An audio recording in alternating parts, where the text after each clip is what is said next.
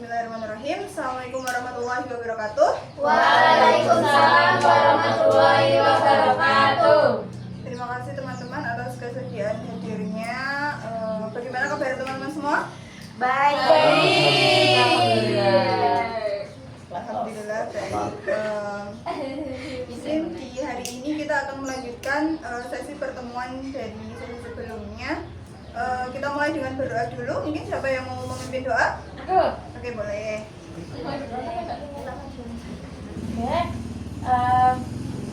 Jika berdoa dengan hikmat, dimulai.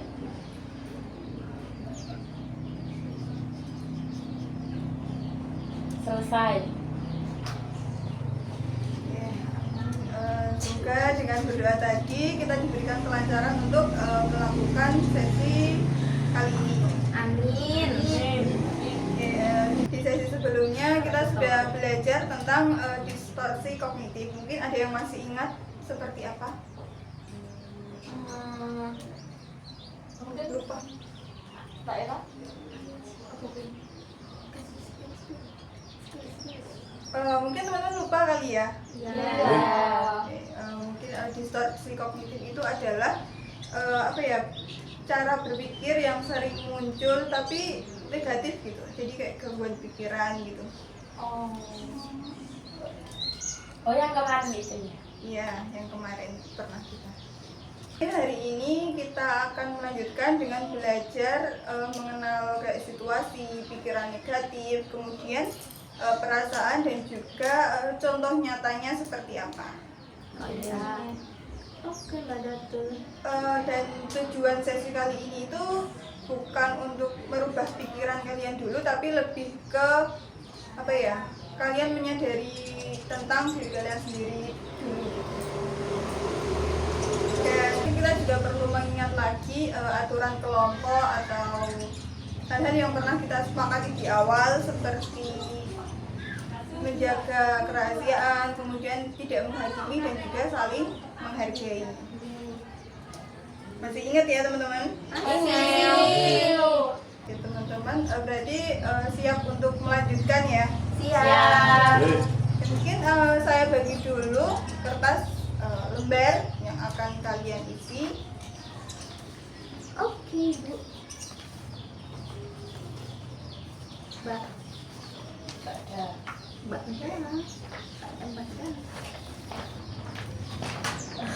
Sudah mendapatkan semuanya? Sudah. Oke, lembar yang saya ini diisi dulu nama juga nomornya. NPM-nya 12 ya, Mbak? Oke, sudah dituliskan? Sudah. Oke, bisa Nama dan NPM sudah.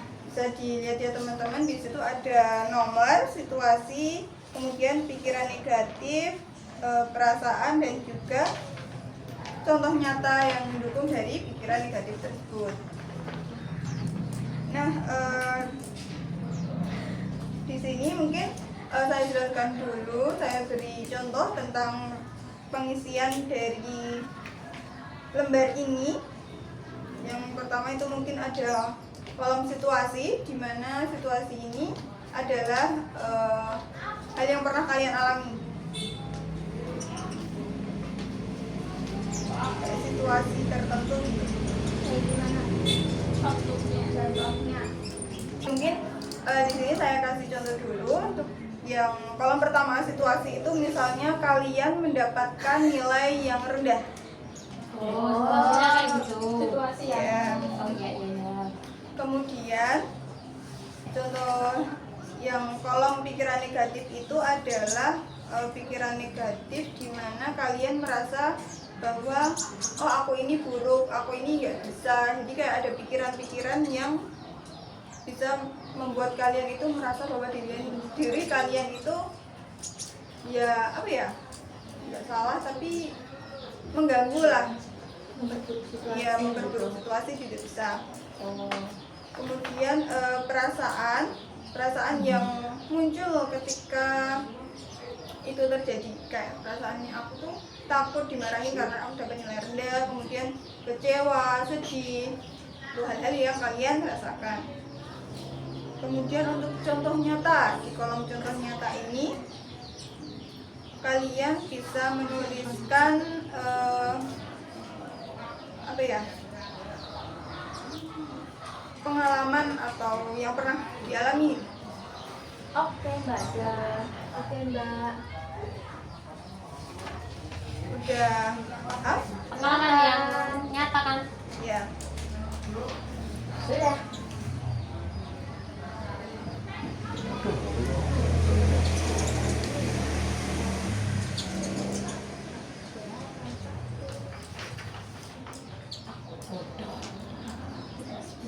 Pikiran negatifnya tadi apa? Pikiran negatif itu kayak kamu ngelabelin diri kamu sendiri, aku tuh jelek, aku tuh nggak bisa, terus ada pikiran-pikiran takut diomongin orang atau apa, sesuai dengan situasi kalian.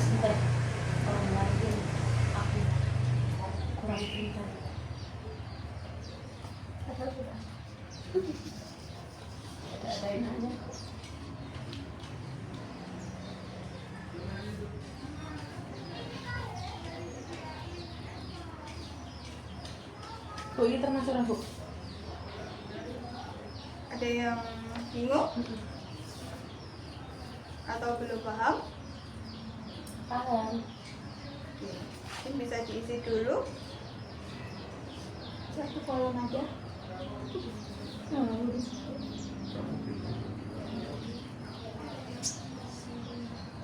Untuk kolom pertama udah. Kemudian kalau masih ada lagi Ada. hal-hal yang mengganggu kalian, itu bisa dituliskan saja seperti contoh yang tadi disebutkan. Ini diisi semua nggak, Wak? Nggak apa-apa, boleh. Ada. Sebentar. Dituliskan sesuai dengan mungkin situasi yang pernah kalian alami.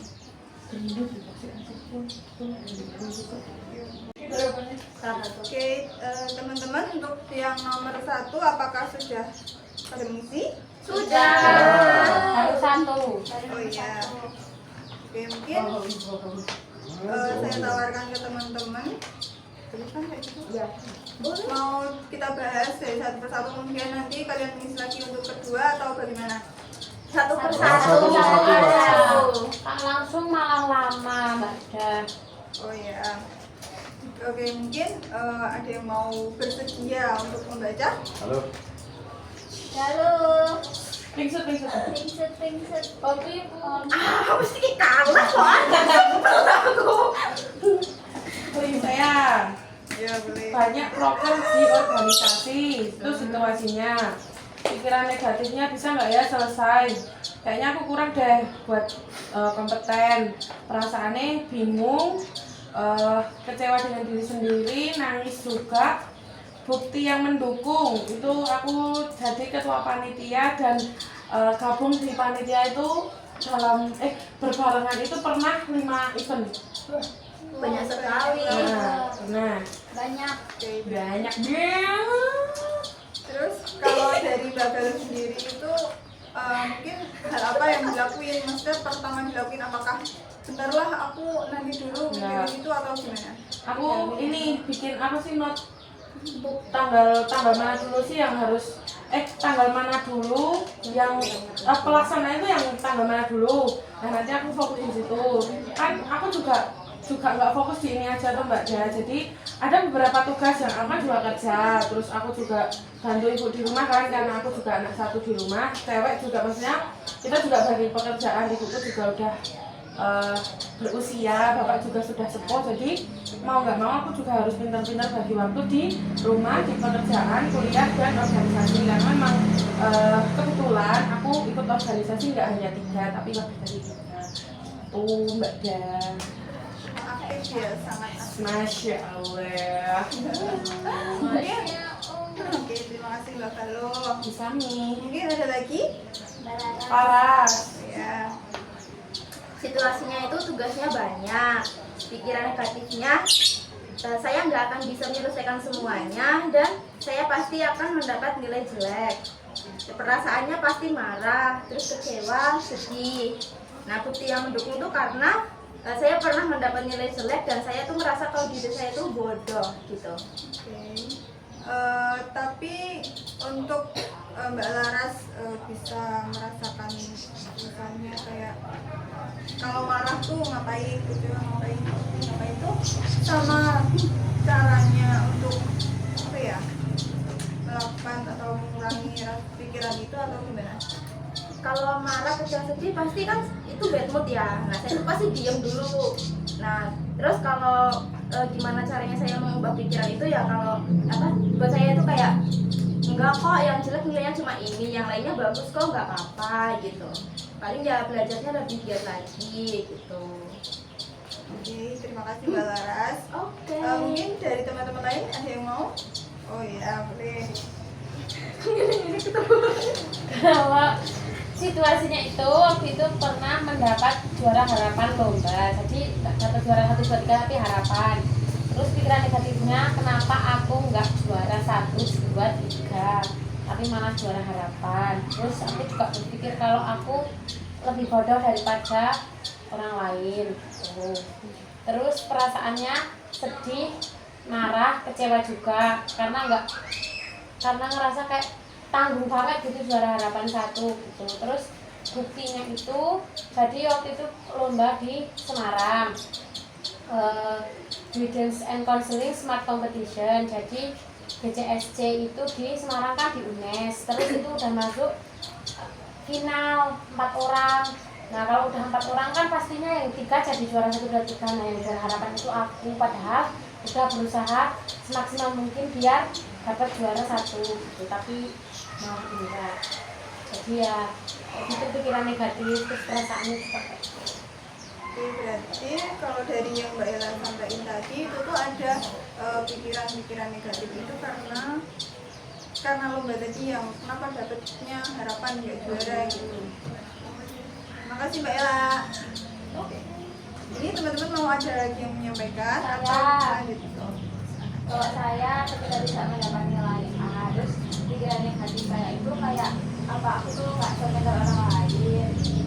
Terus perasaan yang saya terima itu kayak rasa cemas, terus takut, terus kayak kepikiran terus gitu loh, kenapa kok nilainya aku tuh nggak A.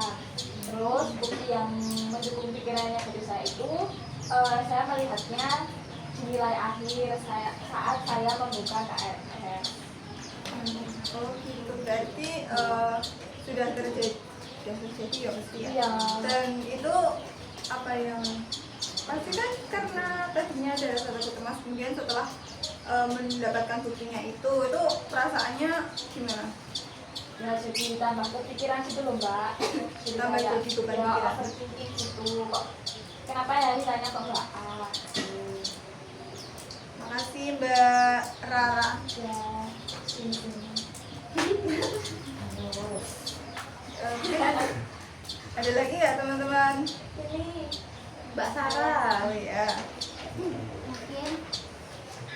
Mungkin saya waktu nilainya jelek atau dari IPK-nya itu turun, pikiran negatifnya kok aku nggak bisa kayak temanku yang IPK-nya itu bisa maksimal gitu, bisa nggak turun. Terus perasaannya itu kecewa, sedih juga. Buktinya saat monitoring. Oke. Monitoring itu berarti apa? Pengecekan titik gitu. Iya, pengecekan. Baik. Mungkin ya terima kasih ya Mbak Sarah kesediaannya. Mungkin yang terakhir Nah, untuk situasinya itu kebanyakan tugas pikiran negatif yang sering muncul itu, saya mikirnya saya itu malas, perasaan jengkel karena banyak tugas, terus bingung mau kerjain yang mana. Terus bukti yang mendukung pikiran negatif berjalan tugas dari dosen. ini berarti merasa apa tadi? Jengkel karena kebanyakan tugas, terus bingung mau kerjain yang mana karena tugas itu juga ingin melampiaskan ke hal lain. Oh gitu berarti rasanya itu kayak jengkel, kenapa sih banyak tugas terus kayak mana dulu gitu. Malas itu Itu malas Bisa malas. Bisa malasnya. bukan bingung itu. Oke. Karena yang poin pertama atau nomor pertama itu sudah teman-teman isi, kemudian apakah masih ada pikiran-pikiran? Masih Banyak. masih banyak. Banyak. Insya Allah ya. Insya Allah banyak. Jadi mungkin kalau misalnya dari teman-teman yang pikiran-pikiran ada yang belum tertuliskan, bisa dituliskan di lembarnya.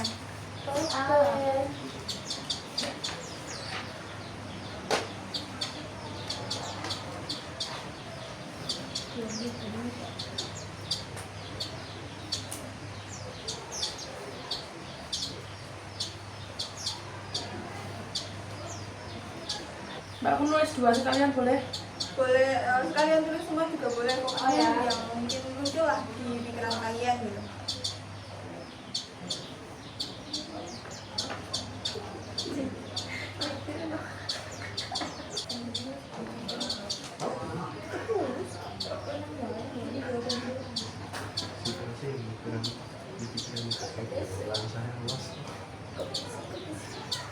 Nah, aku sudah. Oke, baik. Tunggu sebentar, teman-temannya belum. Iya.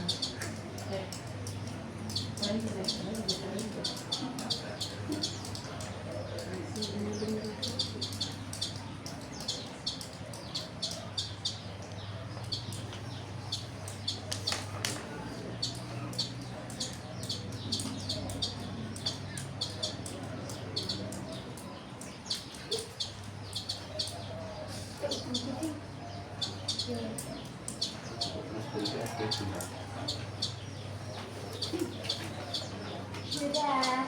Sudah selesai? Sudah. Sudah Mbak Das. Oke, bentar.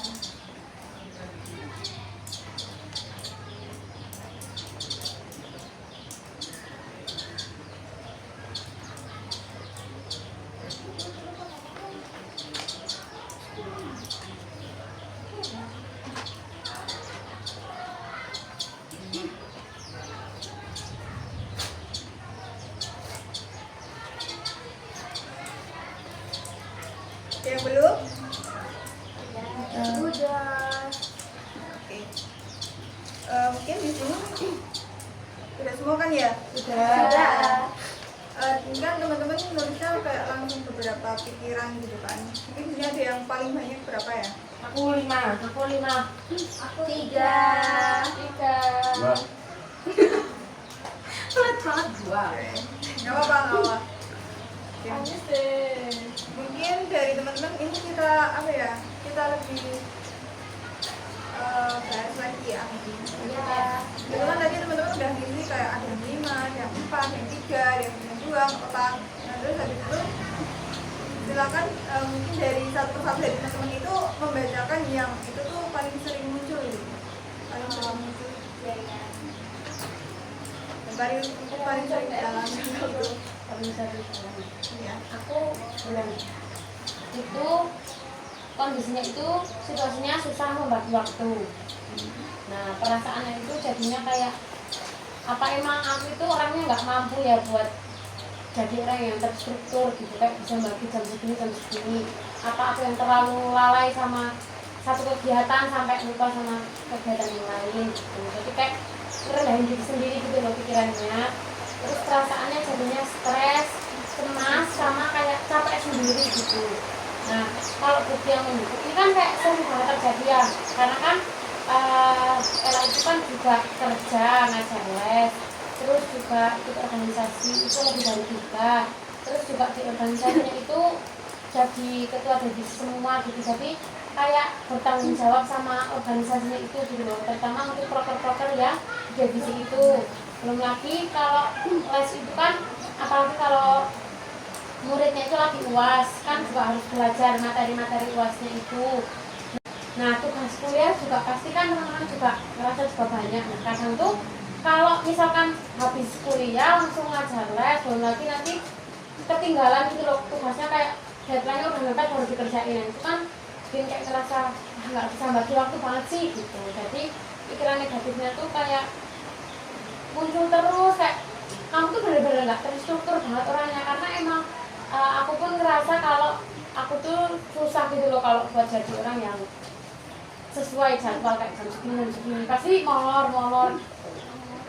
Jadi perasaan yang sering muncul di Mbak Ella itu adalah merasa tidak bisa memanajemen waktu karena padatnya kegiatan dan agenda. Terima kasih Mbak Ella. Kemudian silahkan dari Mbak Galuh. Yang sering muncul tuh nilai jelek sih. Kenapa nggak bisa dapat nilai? Padahal aku menyadari kalau aku tuh kalau ngerjain tugas sebenarnya ya tak kerjain, kan entah kondisi pikiran atau hati yang kurang enak terus maksain ngerjain karena dituntut deadline juga kan. Jadi aku menyadari aku mengerjakan tidak sepenuh hati gitu loh, tapi itu kenapa sering terjadi gitu loh. Perasaannya kecewa dengan diri sendiri, sedih juga, dan ternyata itu sudah sering terjadi di beberapa semester. Pernah turun dari 3, sekian jadi 3, sekian gitu. Berarti kalau dari Mbak Galuh ini adalah kenapa kok nggak bisa dapat nilai lebih dari biasanya Iya, padahal gitu. padahal aku menyadari kalau aku menyadari itu kadang suka nggak sepenuh hati gitu. Nggak maksimal. Makasih ya Mbak Galuh. Ya. Selanjutnya Bro Mas Aka. Nanti muter aja ya ini ya. Oke. Untuk situasinya itu mungkin agak remeh ya, Sir. Tidak punya uang. Ya mungkin semua di sini juga ketika di dalam posisi tidak memiliki uang ataupun dana kan pasti juga muncul pemikiran negatif ketika kita mau beli. Kita lihat ada itu kok kayak kok bagus ya, tapi kita buat enggak. Aduh. Real banget ini real. Pasti kan juga muncul pemikiran kenapa saya tidak bisa membeli itu. Terus perasaan yang muncul pasti pertama jengkel. Kita sudah kan gitulah. Nah, mimpiin aku pengen beli ini. Ketika kita membuka dompet kita, ternyata secara realita kita tidak punya uang. Terus bukti yang mendukung ketika mau beli sesuatu atau kita menginginkan sesuatu. Tadi kan Mas Aka mengatakan kalau sudah ngen mau beli sesuatu, ngen sesuatu ya? Pengen beli sesuatu, tapi ternyata nggak ada uangnya nih. Nah terus kalau sudah ada bayangan mau beli sesuatu nih, keinginan buat beli sesuatu, apakah karena perasaannya itu bisa besok lagi atau gimana kok?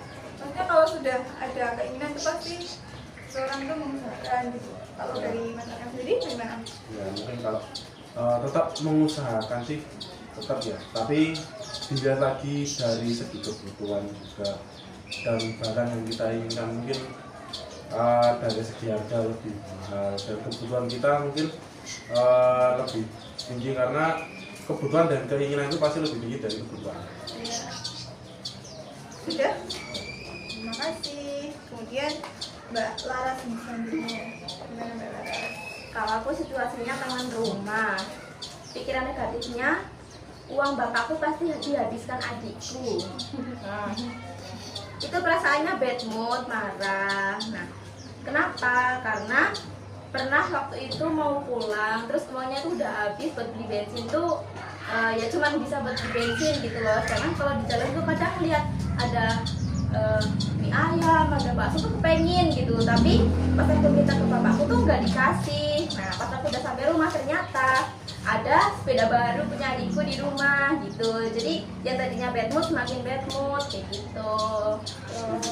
Berarti tadi kan mengatakan kalau kamu Mbak Laras menginginkan sesuatu tapi nggak diberikan. Karena dipikirnya kalau saya tuh masih punya duit gitu loh, padahal nggak ada. Ternyata udah beli sepeda gitu. Masih diatur anak kan? Biasanya udah bilang kakak. BTW maaf banget udah pindah kakak ini. Udah pindah kakak. Jadi tadi yang di rasakan Mbak Laras tuh pasti kayak bad mood juga. Marah sih pasti marah gitu. Marahnya sampai yang gimana Mbak Laras, membenci kah? Seperti yang tadi Mbak Dara. Saya tuh kalau marah diem, udah nggak Yang berani ngomong. Ya sampai lega sendiri gitu. Nggak lama sih, paling ya 1 hari 1 malam gitu. Sabar ya Mbak Laras. Makasih banget. BTW itu dulu. Terima kasih Mbak Laras. Oke. Kemudian Mbak Sarah, gimana mungkin perasaan yang sering muncul bisa diungkapkan dan diceritakan? Mungkin di situasi saat ditinggalin mbahnya. Terus pikiran negatifnya itu gara-gara mungkin kan karena sakit tuh jadi aku yang ngurus-ngurus rumah sakit kayak rumah sakitnya, terus biayanya juga, terus yang lainnya.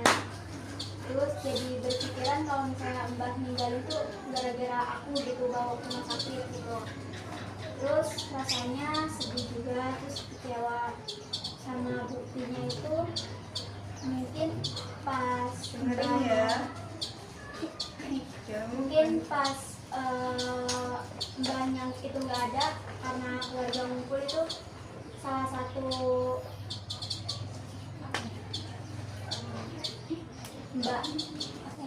salah satu budeku tuh bilang ini kenapa dibawa ke rumah sakit gitu, harusnya kalau nggak dibawa ke rumah sakit nggak jadi itu pergi gitu.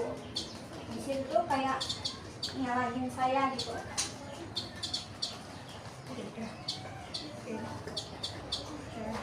Terima kasih Mbak Sarah buat berbagi kisahnya.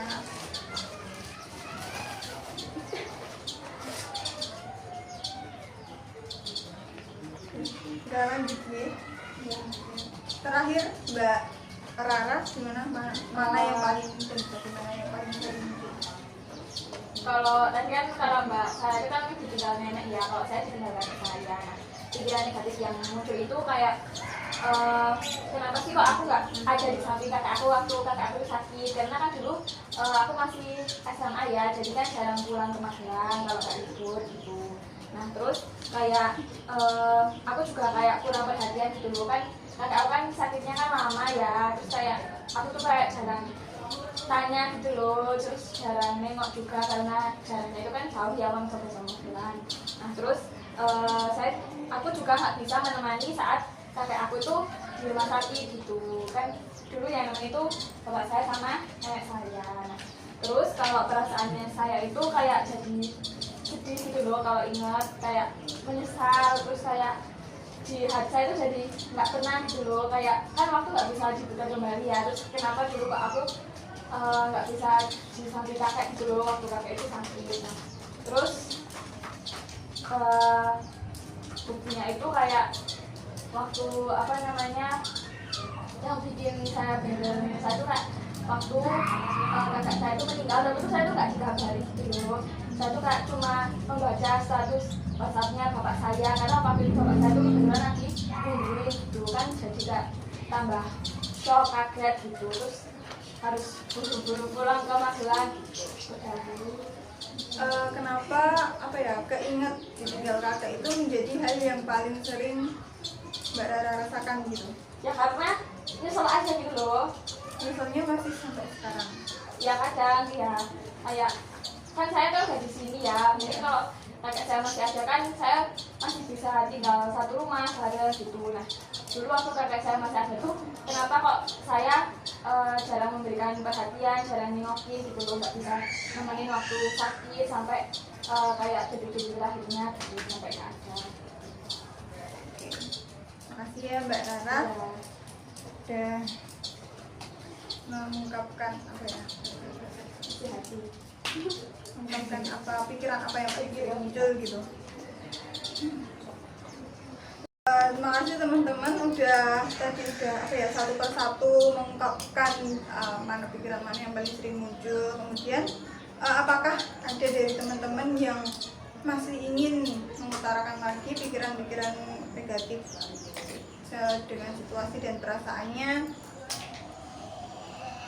Jika Masih ada, itu Mbak Ella. boleh Mbak Ira silahkan. Situasinya itu berantem dengan teman.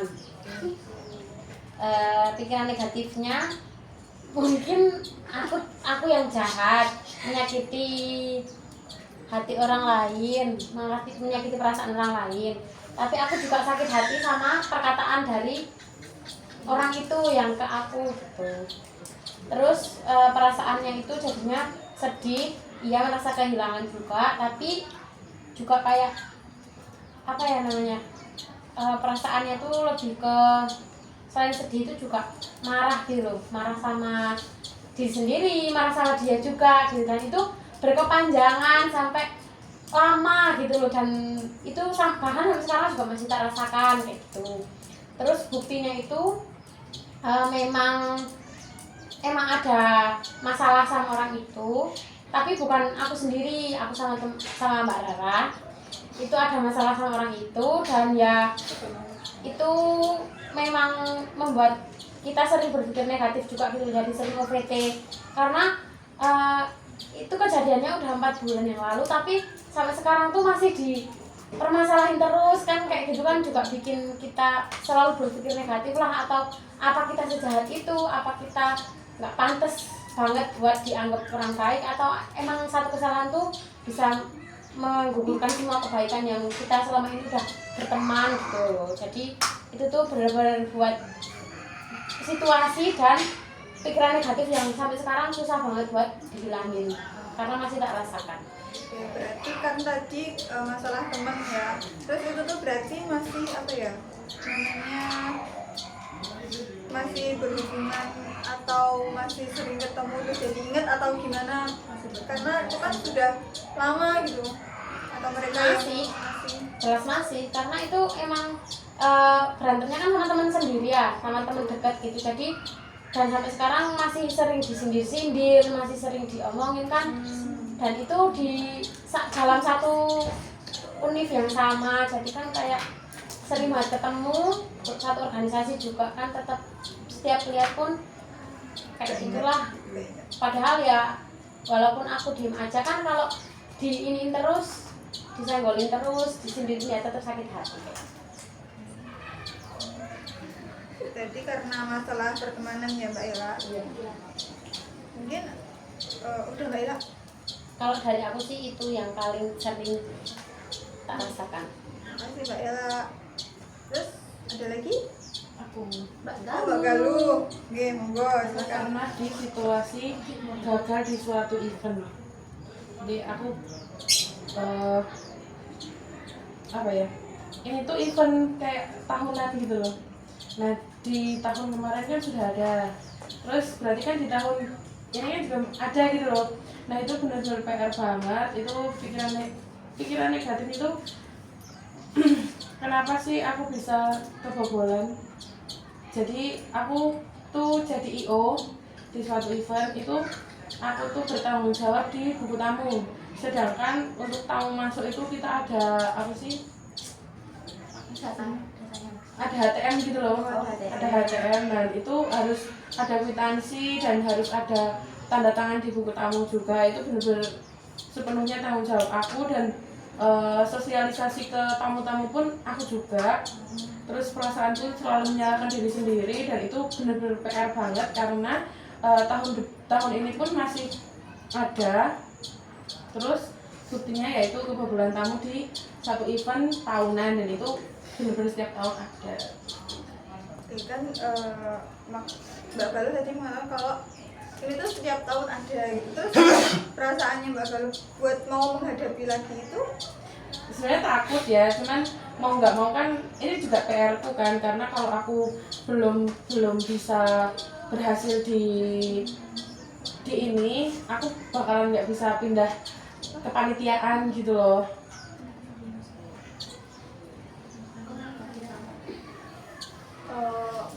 Berarti kalau dari teman-temannya Mbak Galuh gimana? Semua pasti ada PR ya, karena sebenarnya ada suatu tahun itu dua tahun itu kita kayak beku gitu kan, nggak berjalan. Terus ada lagi tuh terakhir kemarin 2024 berjalan, 2025 berjalan, dan ini ada lagi. Nah terus kan yang kemarin di 2023 kan juga masih PR kan. Nah ini tuh terjadi di 2023, dan sampai sekarang pun aku masih megang ini karena jaringanku ke tamu-tamu yang banyak itu, jadi itu ini event buat alumni-alumni gitu loh. Nah relasi yang banyak alumni itu kebetulan aku, jadi aku yang megang ini. Jadi berarti karena Mbak Galuh masih bilang, berarti teman-temannya Mbak Galuh masih sering support Mbak juga. Pasti kita selalu support karena memang setiap si itu pasti ada PR-nya, dan kita kebetulan belum pergantian aksi panitia. Terima kasih ya Mbak Galuh. Ya, misalnya Kita kemudian apakah ada lagi teman-teman atau sudah? Sudah Ya. Mbak. Terus.